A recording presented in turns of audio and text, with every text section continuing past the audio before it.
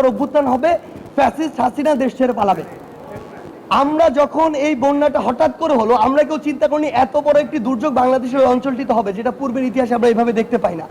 সেই জায়গায় হঠাৎ করে আমরা যখন এই স্টেপটি নিয়েছি, আমাদের কিন্তু আগের এই অভিজ্ঞতাটুকু ছিল না। সেই জায়গা থেকে আমাদের যেটা দেখা গিয়েছে যে যারা বাংলাদেশের জনমানুষ যেদিন যেভাবে পেরেছে এসেছে, যেদিন মানুষ বেশি ছিল সাপোর্ট বেশি ছিল বেশি গিয়েছে, যেদিন কম ছিল কম গিয়েছে। এটা টোটাল একটা ভ্যারিয়েবল জিনিস ছিল, ফিক্সড কিছু ছিল না। আমরা এই অভিজ্ঞতাটি প্রথম ফেস করছি। এটা মানতে বিন্দু মাত্র সমস্যা নেই যে যেহেতু আমাদের অভিজ্ঞতার ঘাটতি ছিল বা আমরা আগে এটা এক্সপেরিয়েন্স করিনি, আমাদের কাজের মধ্য দিয়ে কিছু সীমাবদ্ধতা ছিল। আমরা যদি আগের এটা এক্সপার্ট হতাম, হয়তো এর চেয়ে বেটার আপনি কোনো একটা সিনারিও দেখতে পেতেন। কিন্তু যেহেতু আমাদের সীমাবদ্ধতা ছিল, এই জায়গাগুলোতে অভিজ্ঞতার ঘাটতি ছিল, সেই জায়গায় কাজটি যতটুকু প্রত্যাশিত তার চেয়ে কিছুটা কম আঙ্গিকে হয়েছে। কিন্তু এটি আমরা আমাদের জায়গা থেকে বলতে পারি যে চেষ্টার কোনো ঘাটতি